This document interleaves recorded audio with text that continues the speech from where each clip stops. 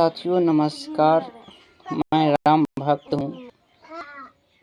मैं राम भक्त। आप लोग कहाँ कहाँ से हैं? आप लोग अगर राम भक्त है तो हर एक मंगलवार को बजरंग बली स्थान में कीर्तन भजन होता है। यहाँ पे अवश्य आइएगा आप लोग प्रसाद ग्रहण करने के लिए।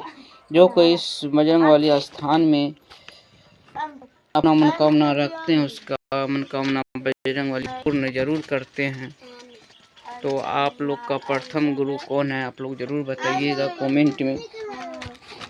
इसके लिए मैं अभी आज शाम को मैं गाना गा के पेस्ट करूँगा आप लोग को बीच। आपका प्रथम गुरु कौन सा? इस गाने के माध्यम से आप लोग सुनिए।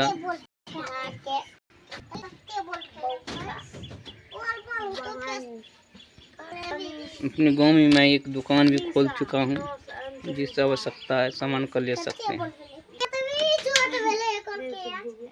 जय श्री राम, जय श्री राम, जय श्री राम।